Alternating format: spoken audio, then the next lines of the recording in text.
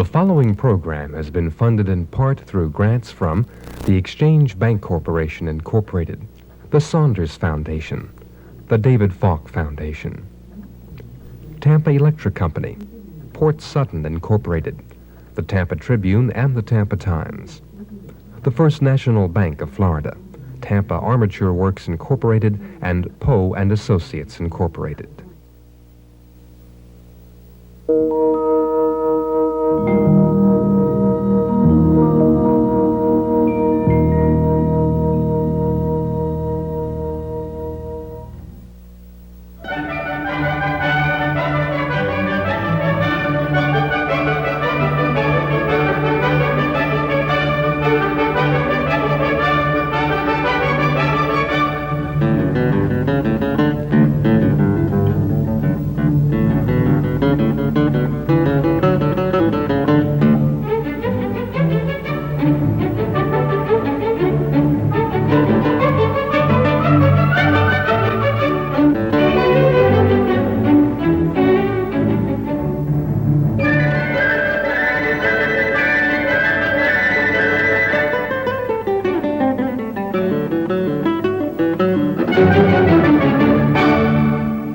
After the Civil War, a Yankee travel writer named Miss Sylvia Sunshine wrote these words about our fair city.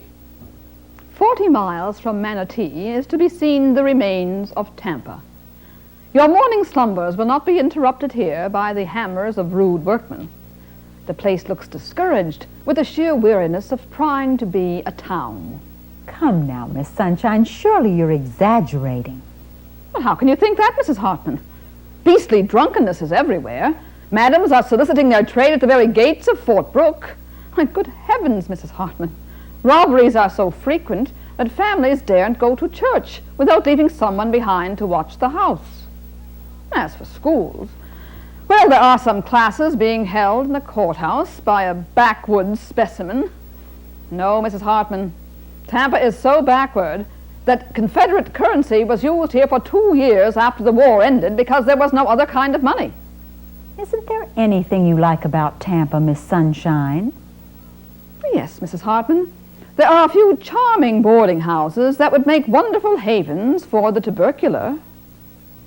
The Southern poet Sidney Lanier had contracted tuberculosis in a Yankee prison. He and his wife came to Tampa and stayed at the Orange Grove Hotel while he wrote a guidebook for a group of northern railroads.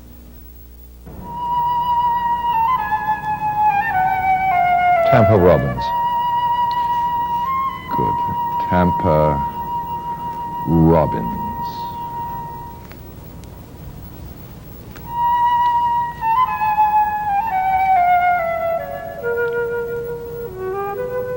The robin laughed in the orange tree. Ho, windy north, a fig for thee, while breasts are red and wings are bold, and green trees wave us globes of gold. Time's scythe shall reap but bliss for me. Sunlight, song, and the orange tree. Burn golden globes in leafy sky, my orange planets. Crimson I will shine and shoot among the spheres, blithe meteor that no mortal fears. And thrid the heavenly orange tree with orbits bright of minstrelsy. If that I hate wild winter's spite, the gibbet trees, the world in white, the sky but gray wind over a grave. Why should I ache, the season's slave? I'll sing from the top of the orange tree. Gramercy, winter's tyranny. I'll south with the sun and keep my climb. My wing is king of the summertime. My breast to the sun his torch shall hold. and I'll call down through the green and gold, time, take thy scythe, reap bliss for me, bestir thee under the orange tree.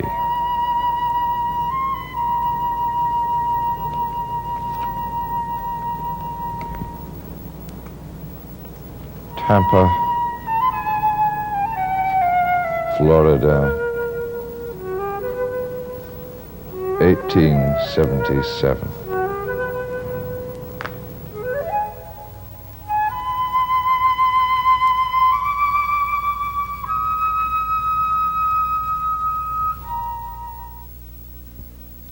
In 1882, the federal troops left Fort Brooke, and his flag was lowered forever.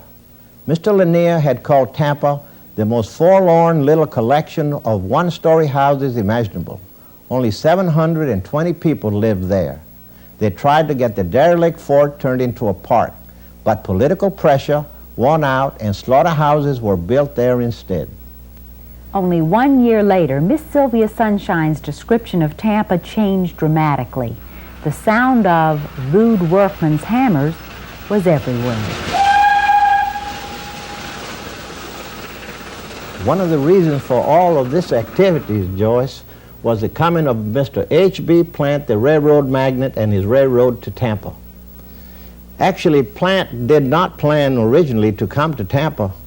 He was planning to take his railroad to Little Cedar Key, but they gave him a hard time at Cedar Key. Senator Yulee actually controlled that whole area and owned the railroad, and he gave him an ultimatum to stay out of his bailiwick, that he controlled it and he didn't want any competition.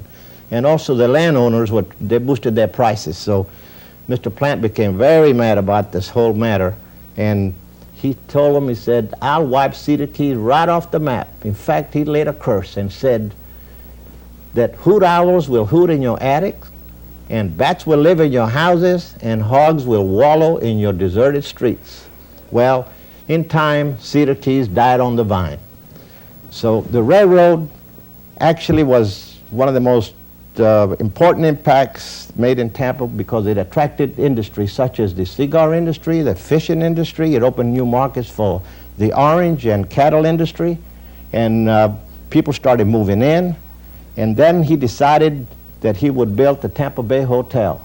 And this event, which took place in 1891, made the biggest impact on the social life of Tampa that had been seen up to that time. As Henry Plant's hotel began going up across the river, he kept bonfires burning so that the townspeople could watch its progress even at night.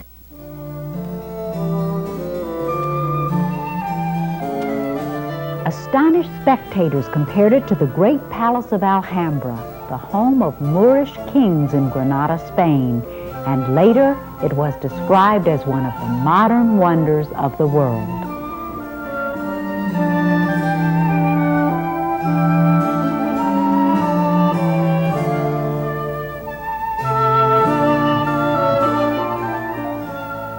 Welcome to the Tampa Bay Hotel, one of the world's most luxurious resorts. This hotel came to be because of a rivalry between two Henrys, Henry Flagler and Henry Plant. Flagler, the railroad baron on the East Coast, built the famous Ponce de Leon Hotel in St. Augustine. Not to be outdone, Mr. Plant began building the Tampa Bay Hotel.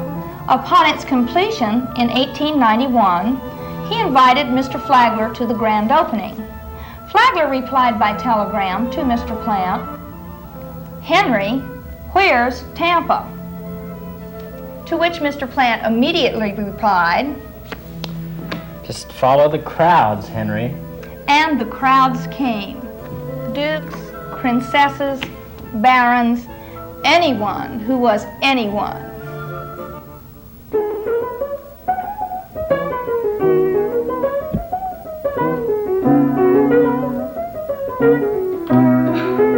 Oh, the pain! How can I go on? And yet I must. The great Pavlova always performs. Besides, the Count will be there.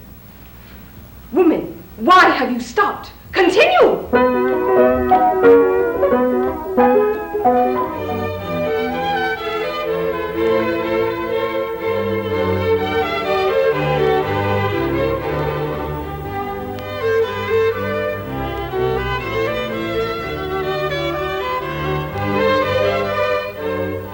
The hotel's 511 guest rooms played host to the famous and the infamous from all over the world. Its latest luxury appointments included a bath for every room, electricity throughout the building, and a telephone in each guest room. There was one famous guest, however, Sarah Bernhardt, for whom the accommodations were not suitable. Someone close the door or I shall catch pneumonia. I must save my voice. The hour brooked no delay in our ascent. The hour brooked no delay in our ascent. The hour brooked no delay in our... This is impossible. I cannot stay in this hotel. It's too drafty. I shall have to spend the night in my private railway car.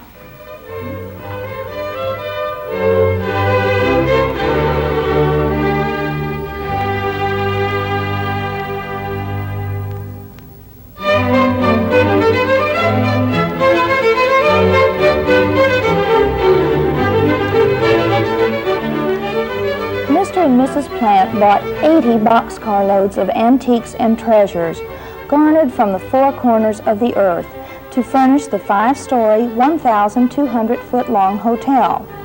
Mrs. Plant purchased over 30,000 yards of carpeting with a lion motif, originally woven for British royalty. The corridors, as you can see, are unusually wide, and that's not because the guests were unusually broad. Instead, they were designed to accommodate Chinese rickshaws, which traveled up and down these halls, carrying guests to the dances, lectures, and concerts performed by the hotel's own resident orchestra.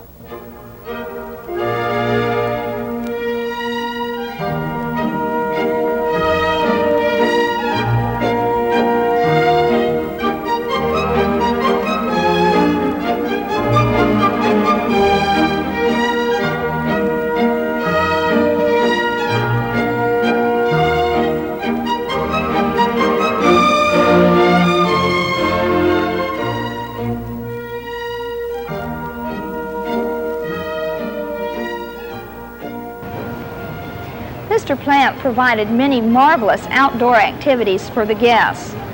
There was a trotting track for horse fanciers, a swimming pool, a gameskeeper to take the guests hunting, boating on the river, tennis, and a game new to America, golf. In fact, it was so new, Mr. Plant imported the pro from Scotland to teach every year. As the guests sat on the veranda and strolled the spacious grounds, they could see the lights of the city across the river, and the townspeople could look skyward at the silver minarets that reflected a symbol of the opulence of the late Victorian era.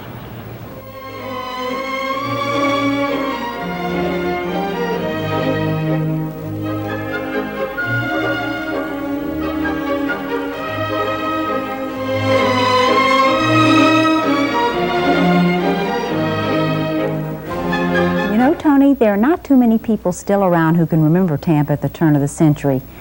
But Mrs. Louise Farmer was born here in 1892, and she was kind enough to share some of her memories on a recording with us.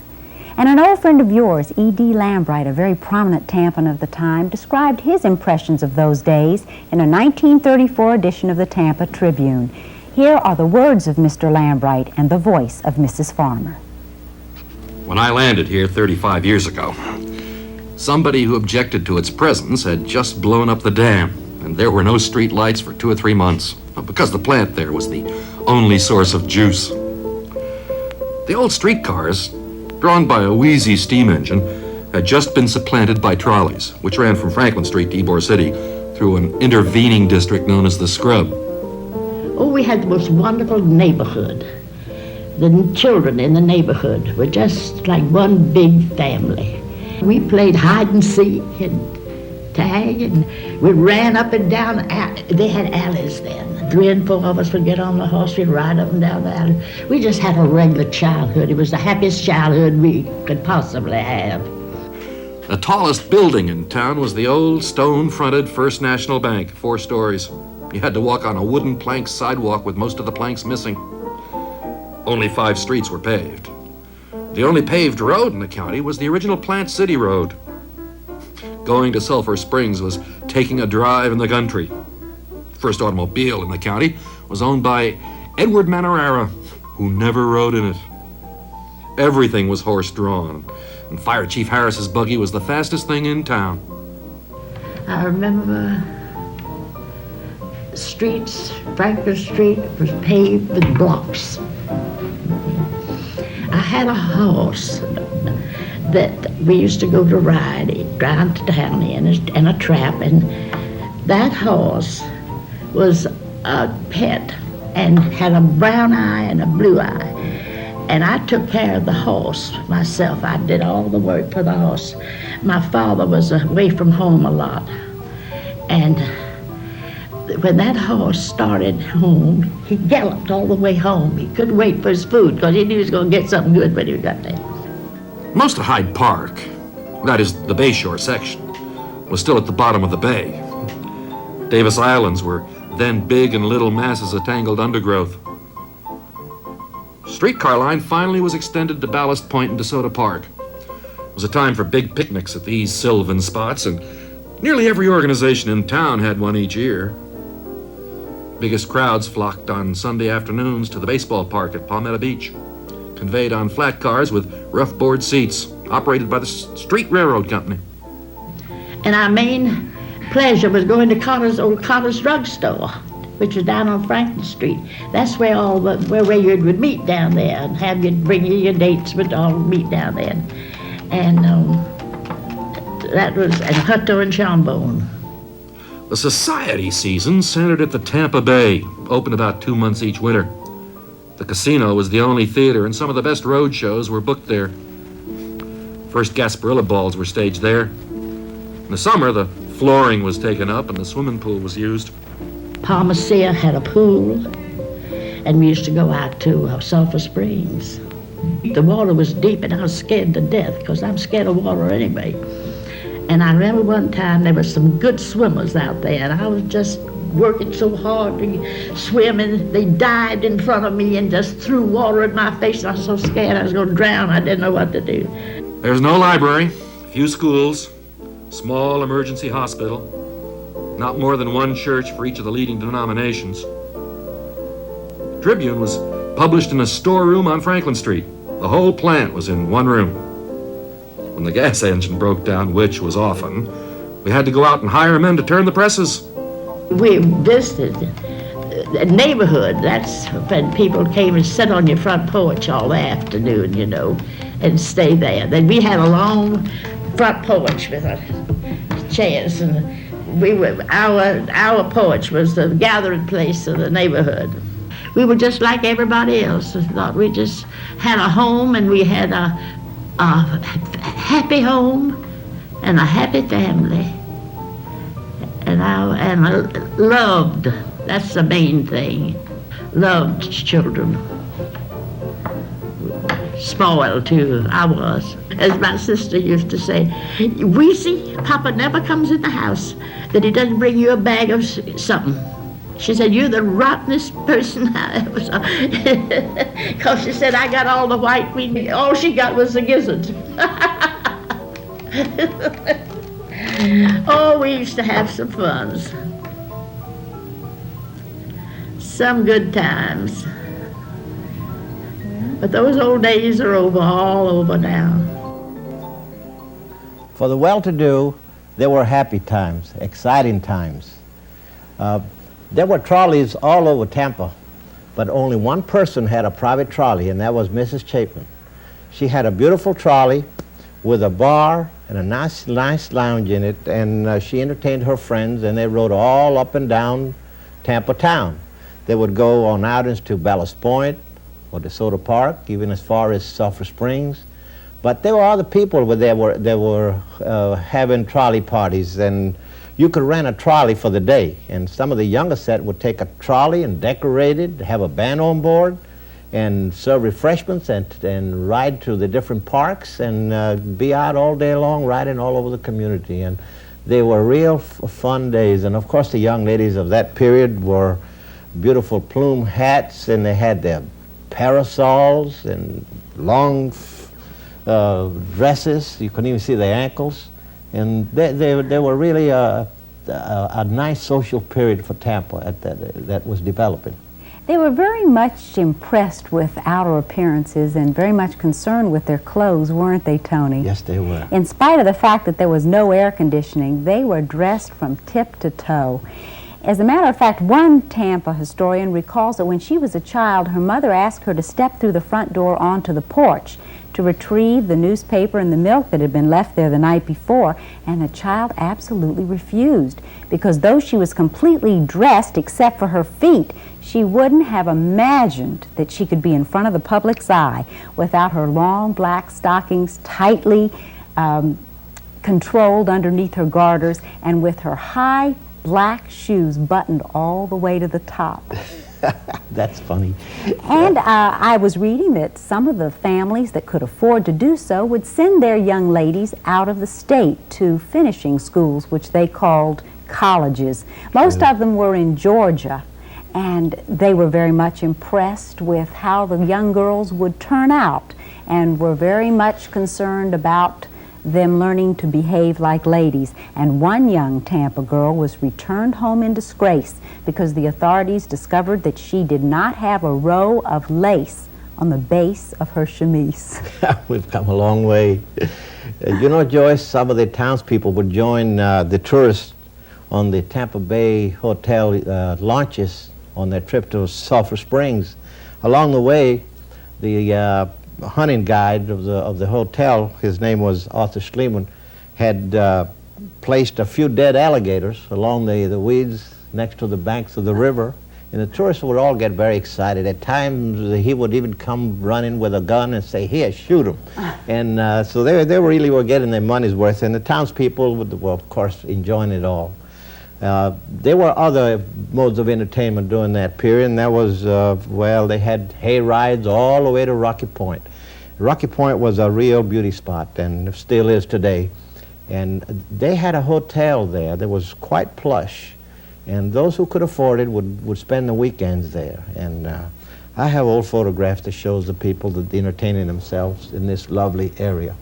But it was about that time that the Tampa Yacht Club was organized, and of course after it was organized, it set right on the shore of the bay, more on the water side than on the land side. And from what I gather, they had a lot of gay and lovely parties there.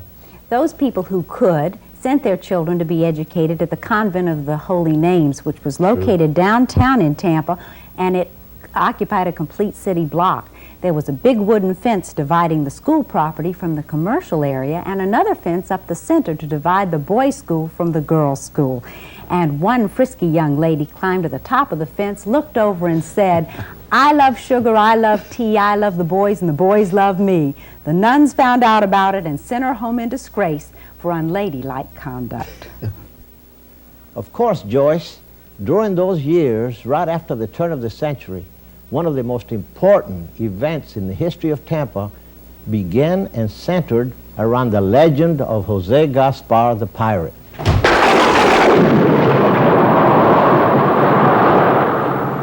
You piece of pie, legend did you say? Saint Barnacle, but I'll have you drawn and quartered and your carcass strung atop the highest mainsail for them words.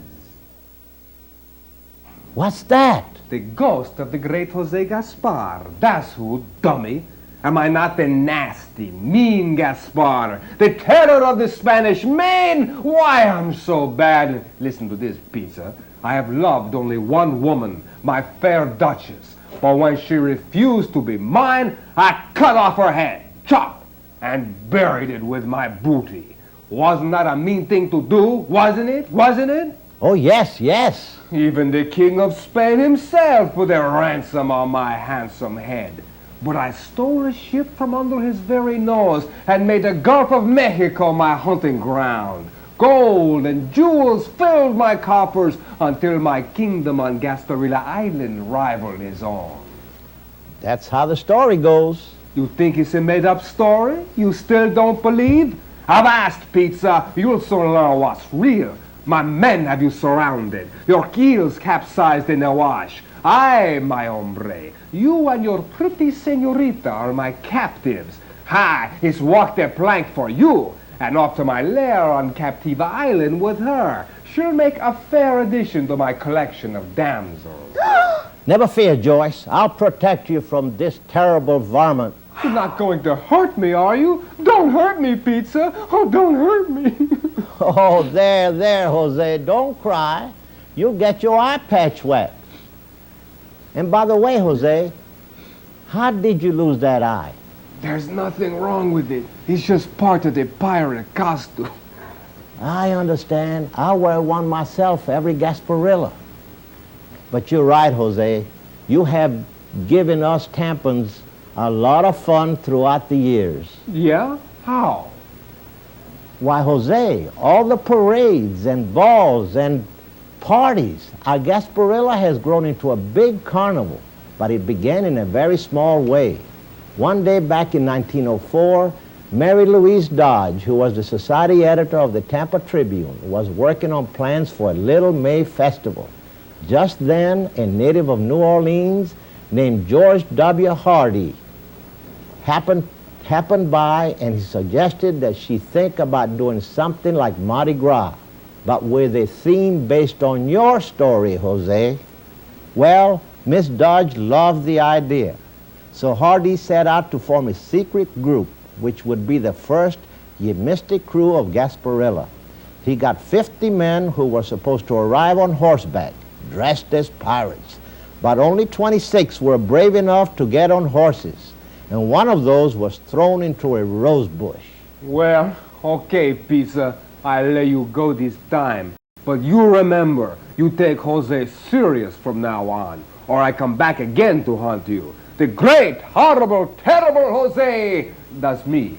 You don't get rid of me so easy, Pizzo. Ah, those stories you make up about me. First, that I was captured and hanged at the end of Franklin Street. Ha! What a bunch of baloney. And then you say a U.S. Navy ship captured me and hanged me from the yard arm, or that I jumped overboard crying, "No one takes Jose Gaspar." I like that one best. I hear my men calling. I must go, so goodbye for now, piece of pie. Adios, Jose. We will never forget you.